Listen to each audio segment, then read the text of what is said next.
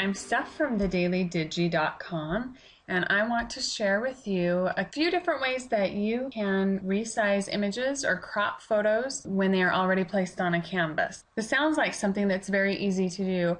However, you would be surprised how long it took me to figure out the fastest and easiest way to do this and still be able to change the photos and manipulate them later on if I wanted to. So the first way someone that's new to photo editing software might try to crop a photo is with the crop tool. This is a cute picture of my son, and the paper in the background is actually from the DigiFiles during June of 2011.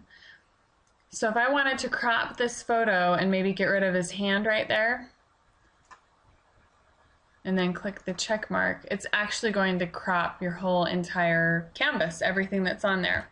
So let's undo that, Control Z. And this is the method that I used when I first started digital scrapbooking.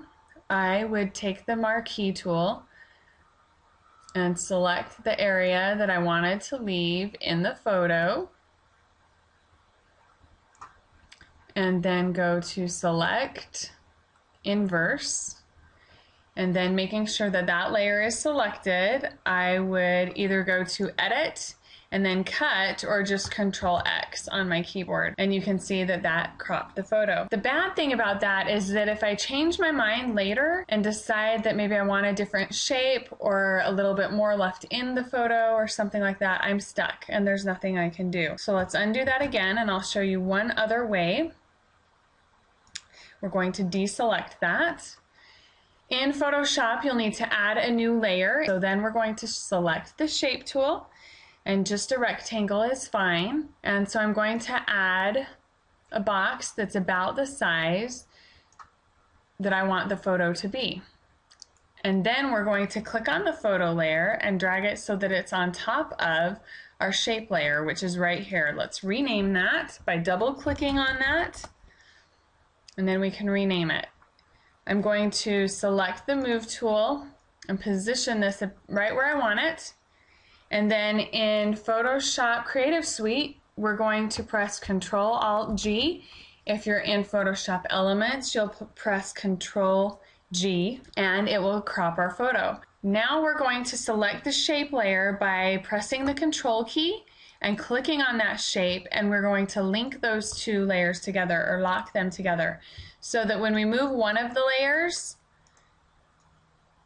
they'll both move. The great thing about that is that we can then resize the photo, but in order to do that, we need to unlink the layers because we just want to make a change to the shape layer. So then we can come in and make it smaller in any direction that we want, and it won't skew the photo at all. And we'll accept those changes. And then we can lock them back together so that we can position the photo right where we want it on our canvas and add all of the other fun things that we might want to add to it. One thing that I wanted to mention in this tutorial as well is that when you change a photo, if you want to make it smaller, I'm going to release this clipping mess really quick. That'll take our photo back to its original state.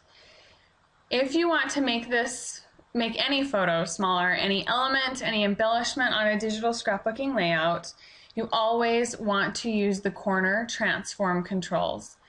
If you don't, you'll end up with funny looking people on your layouts. In Photoshop Elements, one of the cool things that it does is it automatically locks the aspect ratio. If you look up here in the menu bar in Photoshop Elements, you will see a checkmark box that says lock aspect ratio, and you'll want to make sure that that's checked. If it's not checked, or if you're in Photoshop Creative Suite, you'll want to hold down the Shift key and use a corner, because then that will lock the width and the height. If you don't hold down the Shift key or click on this little link, then you might end up with a funny looking person on your layout. Anyway, if you do make that mistake, just click on the link afterwards and it will fix everything for you and keep the aspect ratio between the width and the height the same. Thanks so much for watching, and I hope you have fun digital scrapbooking. Again, this is Steph from thedailydigi.com.